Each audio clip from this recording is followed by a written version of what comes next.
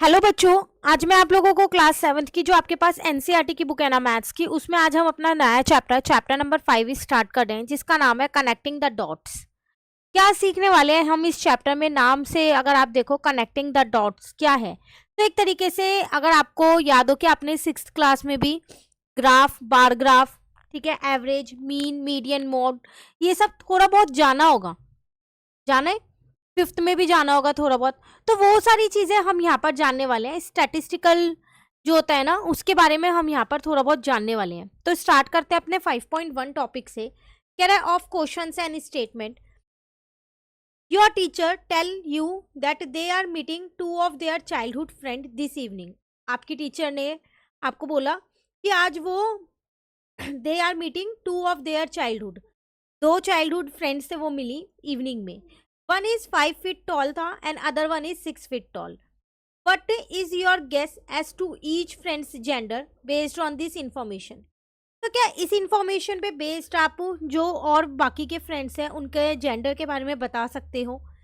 You might have guessed that the 5 foot toll person is a women. आप कह सकते हो जो 5 फुट टॉल था वो शायद वुमेन हो, और जो 6 फुट टॉल था वो शायद मैन हो।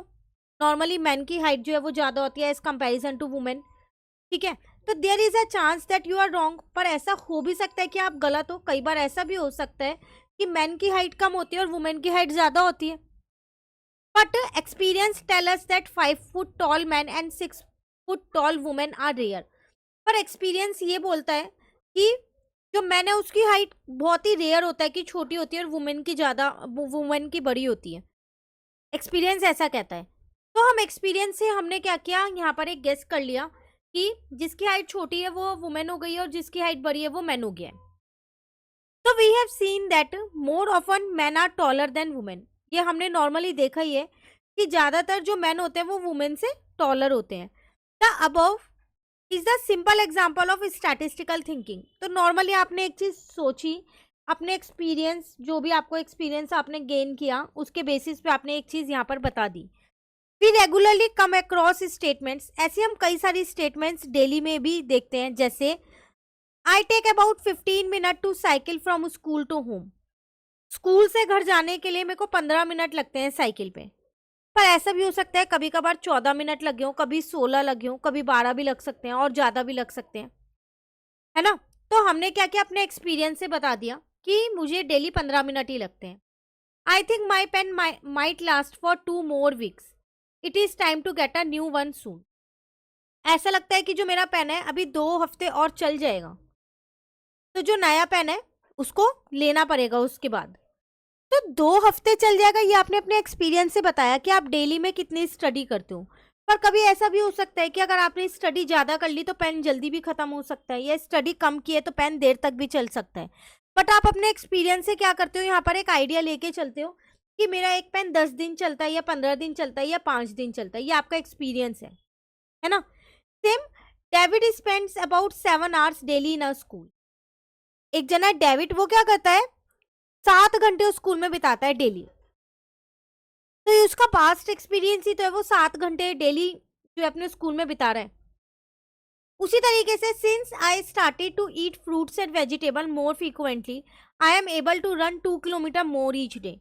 तो एक और स्टेटमेंट यहाँ पर सामने आती है कि जैसे ही मैंने फ्रूट्स एंड वेजिटेबल्स डेली खाना शुरू किए, तो अब मैं एक दिन में 2 किलोमीटर ज़्यादा रन कर पा रहा हूँ। फ्रूट्स एंड वेजिटेबल की वजह से होगा ये। और भी कई सारे रीज़न हो सकते हैं, बट आपका एक्सपीरियंस ये कहता है कि मैंने एक ये नई चीज़ शुरू की है, फ्रूट्स एंड वेजिटेबल खाना, तो शायद उसी से यहाँ पर ये चेंज आ रहा है। तो ऐसे आपको डेली में आपने कई सारी स्टेटमेंट्स है जो आप डेली में सुनते हो और अपने एक्सपीरियंस पे क्या करते हो, उसका एक आइडिया दे देते हो कि ये ऐसा है, ये ऐसा है। ठीक है ना। तो वी कॉल दिस, हम इन सबको क्या कहते हैं, स्टैटिस्टिकल स्टेटमेंट्स कहते हैं। Simply put, a statistical statement is a claim or a summary about some phenomenon expressed in terms of numerical value, proportions, probabilities and or predictions। कह रहे ये सिंपली एक स्टैटिस्टिकल स्टेटमेंट होती है जिसमें क्या होता है, हम किसी चीज़ का क्लेम कर रहे होते हैं कि हाँ ये हम ऐसा करते हैं, या फिर कोई चीज़ जो है जिसका हम आइडिया गेस कर रहे होते हैं, किसमें न्यूमेरिकल वैल्यू में, प्रपोर्शंस में कर सकते हैं, कोई प्रिडिक्शन हम कर रहे होते हैं। A statistical question is a question that can be answered by collecting data। तो जो स्टैटिस्टिकल क्वेश्चन होते हैं वो क्वेश्चन होते हैं जिसका आप आंसर दे सकते हो डेटा को कलेक्ट करके। जैसे how tall are the grade 7 student in our school, हमारे स्कूल में जो 7th क्लास के बच्चे हैं वो कितने टॉल हैं। तो आप सिंपली क्या करोगे, हर एक बच्चे की हाइट का डेटा कलेक्ट करोगे। तो ये एक स्टैटिस्टिकल क्वेश्चन है। जिन भी क्वेश्चंस में आपको डेटा कलेक्ट करना पड़े उसके आंसर के लिए, तो हम उन्हें बोलते हैं statistical question. We expect that not all grade 7 students have the same height, but we can collect data, analyze it and make conclusion about the height that do occur. अब मैं ये तो नहीं कह सकती ना कि 7th क्लास के हर एक बच्चे की हाइट सेम है, ये तो नहीं होगा। तो मैं क्या करूंगी, उसके लिए डेटा कलेक्ट करूंगी, उसको एनालाइज करूंगी, यही करूंगी, और उसके बाद कंक्लूजन निकालूंगी कि उनकी हाइट जो है वो किस अकॉर्डिंग है। तो जब भी हम किसी क्वेश्चन के लिए एक प्रॉपर डेटा को कलेक्ट करते हैं, आंसर उसका निकालने के लिए उसको एनालाइज करते हैं, तो हम उन्हें बोलते हैं statistical question. The question typically are onions costly in Yahapur और Wahapur is also a statistical question, prices can vary over time. कह रहे कि अगर आप कोई भी चीज ले लो, प्राइस जो है वो हमेशा बढ़ते या घटते रहते हैं। जैसे इन्होंने यहाँ ऑनियंस का लिया है, तो अगर एक जगह बढ़ रहा है तो मे बी दूसरी जगह सेम ना हो। आपको डेटा कलेक्ट करोगे तभी पता चलेगा। अब मैं बोलूँ मेरे घर के पास ऑनियन की कॉस्ट इतनी है, तो मे बी आपके घर के पास जरूरी नहीं है सेम हो, थोड़ा बहुत डिफर कर सकता है। मैं बोलूँ 50 रुपीज पर केजी है, तो आप कहोगे हमारे यहाँ 45 है, कोई कह सकता है हमारे यहाँ 55 है। तो ये डेटा कलेक्ट करने से ही तो आपको पता चल रही है। तो therefore answering this question require us to look at data. तो इन क्वेश्चन का आंसर देने के लिए हमें क्या चाहिए होता है, डेटा चाहिए होता है, जिसको हम एनालाइज कर सकते हैं, और उसके बाद ही हम कंक्लूजन पे आ सकते हैं कि हमारा फाइनल आंसर क्या होगा। तो जिन भी क्वेश्चन के सॉल्यूशन के लिए आपको डेटा चाहिए उनको हम बोलते हैं स्टैटिस्टिकल क्वेश्चन। अब कह रहा है which of the following are the statistical question, इनमें से आपको ये बताना है कि स्टैटिस्टिकल क्वेश्चंस हैं कौन कौन से। तो जिनमें भी आपको डेटा चाहिए होगा वो सारे आपके क्या होंगे, स्टैटिस्टिकल क्वेश्चंस होंगे, और जिनमें डेटा नहीं चाहिए होगा वो आपके स्टैटिस्टिकल क्वेश्चंस नहीं होंगे, सिंपल क्वेश्चंस होंगे। तो चलो देखते हैं हम क्या क्वेश्चन यहाँ पर पूछे जा रहे हैं। जैसे ए पार्ट में पूछ रहा है what is the price of the tennis ball in India, India में टेनिस बॉल का क्या प्राइस है। तो नॉर्मली अगर आप देखो तो एक सिंगल फिक्स प्राइस ही होता है टेनिस बॉल का, बहुत ही रेयर होता है कि चेंज होता है, सब जगह होता है। तो हम कह सकते हैं कि ये स्टैटिस्टिकल क्वेश्चन नहीं है, क्योंकि इसमें हम ज़्यादा डेटा कलेक्ट नहीं करेंगे। जिस लोकेलिटी में, जिस एरिया में हम रहते हैं, वहाँ पर जो प्राइस होगा उसी पे ही हम उस टेनिस बॉल को ले लेंगे। Next is how old are the dogs that live on this street. जो आपके पास एक, अगर आपके यहाँ एक स्ट्रीट है, वहाँ पर जितने भी डॉग है, तो वो हाउ ओल्ड मतलब कितना जीते हैं वो। तो देखो हर एक डॉग की अलग अलग एज होती है ना, ऐसा तो नहीं है सब डॉग की एक ही जितनी एज हो। ऐसे ह्यूमंस के लिए भी होता है, सबकी अलग अलग एज होती है, कभी भी कोई किसी की भी डेथ हो सकती है, कोई फिक्स एज लिमिट तो नहीं है। और डॉग्स के लिए भी यही होता है। तो ये एक स्टैटिस्टिकल क्वेश्चन है। आपको जो डॉग्स की ब्रीड होती है, ब्रीड से आप पहचान सकते हो कि इन डॉग्स की इतनी एज है। किसी डॉग्स की 12 तक होती है, किसी डॉग्स की 15 तक एज होती है, किसी की 9 तक की होती है, किसी की और भी कम होती है। तो इसके लिए आपको क्या चाहिएगा, एक प्रॉपर डेटा चाहिएगा, ठीक है। तो हम कह सकते हैं ये स्टैटिस्टिकल क्वेश्चन है। What fraction of the student in your class like walking up a hill. कह रहा है आपकी क्लास में कितने बच्चे ऐसे हैं जिन्हें वॉकिंग अप अ हिल जो है वो पसंद है, हिल पे जाना पसंद है। तो आपको वो फ्रैक्शन बताना है। तो ऑब्वियस सी बात है, आप अपनी क्लास के बच्चों का पहले रिकॉर्ड लोगे ना, डेटा कलेक्ट करोगे कि किनको पसंद है और किनको नहीं है, तभी तो बता पाओगे एनालाइज करके। तो ये एक स्टैटिस्टिकल क्वेश्चन है। डू यू लाइक रीडिंग, क्या आपको रीडिंग अच्छी लगती है, एक आपसे पूछा जा रहा है। अब इसके लिए आप औरों से तो नहीं पूछोगे कि मुझे रीडिंग अच्छी लगती है या नहीं लगती, कहीं से कोई डेटा तो कलेक्ट नहीं करोगे ना। तो ये स्टैटिस्टिकल क्वेश्चन नहीं है। Now next one is approximately how many bricks are in this wall. इस वॉल के अंदर कितनी ब्रिक्स है, एक वॉल है उसके अंदर कितनी ब्रिक्स है, ये आपको बतानी है। तो आप एक एस्टिमेट लगा के बता दोगे कि 15 है, 20 है, 25 है, 30 है। क्या आप उसके लिए डेटा कलेक्ट करोगे, हर एक के घर में जाके हर एक की वॉल, जो उनकी वॉल होगी, पूछोगे कि इस वॉल में कितने, इस वॉल में कितने है। नहीं, वो आपसे आपके जो घर की वॉल है उसका पूछ रहे हैं, तो आप उसको एस्टिमेट में का आंसर दे दोगे। इसमें कोई डेटा तो कलेक्ट नहीं करोगे। तो ये भी स्टैटिस्टिकल क्वेश्चन नहीं है। Next one is who was the best bowler in the match yesterday. Yesterday के मैच में कौन है जो बेस्ट बॉलर था। तो एक या दो ही जने होंगे, जो भी होंगे, है ना। तो आप इसमें कोई ऐसा तो नहीं है कि डिफरेंट डिफरेंट डेटा कलेक्ट करोगे। तो ये भी स्टैटिस्टिकल क्वेश्चन नहीं है। What was the rainfall pattern in Verma last year? Last year rainfall का क्या पैटर्न था वो आपको यहाँ बताना है। अब देखो रेनफॉल का पैटर्न मतलब किस कब कब रेन आई थी वो बताना है, तो उसके लिए आपको डेटा देखना पड़ेगा लास्ट ईयर का, तभी आप बता सकते हो। ऐसा तो नहीं आपको हर मंथ का याद है कि जनवरी में आई थी, फरवरी में नहीं आई, मार्च में आई थी, नहीं ना। डेटा देखोगे ना, उसे एनालाइज करोगे ना, तो ये स्टैटिस्टिकल क्वेश्चन है। क्लियर? तो उम्मीद करते हो अब आपको ये पता चला होगा कि स्टैटिस्टिकल क्वेश्चंस क्या होते हैं जिनमें भी आपको डेटा कलेक्ट करना पड़े। Now the term statics refers to the study of collecting, organising, analysing, interpretating and presenting data. तो जो स्टैटिस्टिक है उसका मतलब ही होता है किसी भी चीज को, जो डेटा है आप उसे क्या करो, कलेक्ट करो, ऑर्गेनाइज करो, एनालाइज करो, इंटरप्रिटेट करो और प्रेजेंट कर दो फाइनल आंसर, उसे हम बोलते हैं statistic. In this chapter, we shall encounter some statistical questions and learn how analyzing data and graphs can help answer them. तो इस चैप्टर में हम यही स्टैटिस्टिकल क्वेश्चंस और किस तरीके से हम डेटा को एनालाइज कर सकते हैं, ये सारी चीज़ें यहाँ सीखने वाली हैं। नाउ द अब चैप्टर जो है वो मेन यहाँ शुरू होता है 5.2 टॉपिक से। स्टार्टिंग में सिर्फ आपको स्टैटिस्टिकल क्वेश्चंस क्या होते हैं, स्टैटिस्टिक क्या होती है, वो सारी चीज़ें समझाई गई थी। अब है यहाँ रिप्रेजेंटेटिव वैल्यूज, तो हम इसमें क्या जानने वाले हैं वो देखते हैं। The runs scored by Shubham and Vaishnavi in a cricket series are given in the table below. What do you think, who do you think perform better? आपको यहाँ पर दो जनों के मैचेस के स्कोर दे रखे हैं, मैच 1, मैच 2, मैच 3, मैच 4 के, शुभम और यहाँ पर यशवी के। ठीक है, वैष्णवी नहीं है, यशवी है। तो श्रिया ने क्या बोला, both their performance are similar, दोनों की परफॉर्मेंस जो है वो सिमिलर है। Since Yashvi score more in the first and the second match, अगर फर्स्ट और सेकंड मैच में देखो तो उस गर्ल ने ज्यादा स्कोर किया है, लेकिन थर्ड एंड फोर्थ मैच में देखो तो उस बॉय ने ज्यादा स्कोर किया है। देखो यहाँ पर इसके 35 ही है पर शुभम के 90 है, बहुत फर्क है। वेयर है Shubham score more in third and fourth. तो एक गर्ल ने बोला कि दोनों की परफॉर्मेंस जो है वो एक जैसी सी है, एक ने स्टार्टिंग के 2 मैच में अच्छा स्कोर कर लिया, एक ने बाद के 2 मैचेस में कर लिया। Vaishnavi says I think Shubham perform better because he score the highest number of run in the match 90। तो वैष्णवी बोलती है मुझे ऐसा लगता है कि शुभम ने अच्छा परफॉर्म किया क्योंकि उसने मैच 4 में 90 स्कोर किया है, जबकि उस गर्ल ने, यशवी ने 90 तो किसी में भी स्कोर नहीं किया था। Now Shreya says no, Yashvi batted better since the total number of runs he made is 175 while Shubham made only 128। तो श्रेया बोलती है कि नहीं, शुभम ने तो अगर हम उसके टोटल रन को ऐड करें तो 128 ही आ रहे हैं, लेकिन अगर हम यशवी के ऐड करेंगे तो 175 आ रहे हैं, तो इसका मतलब उसने अच्छा परफॉर्म किया क्योंकि उसके रन ज्यादा है। तो Vaishnavi says oh also Yashvi's batting is more consistent, the difference between his maximum score and minimum score is lower. तो वैष्णवी बोलती है हाँ, यशवी की जो बैटिंग है वो ज्यादा कंसिस्टेंट है। क्यों? क्योंकि जो उसके मैक्सिमम और मिनिमम स्कोर्स है उनका डिफरेंस कम है, कि मैक्सिमम स्कोर है 67 और मिनिमम है 18। तो अगर आप इसके अंदर इनका डिफरेंस निकालो तो आपको बहुत कम मिलेगा एज कंपैरिजन टू अगर आप शुभम के निकालोगे तो। ठीक है ना?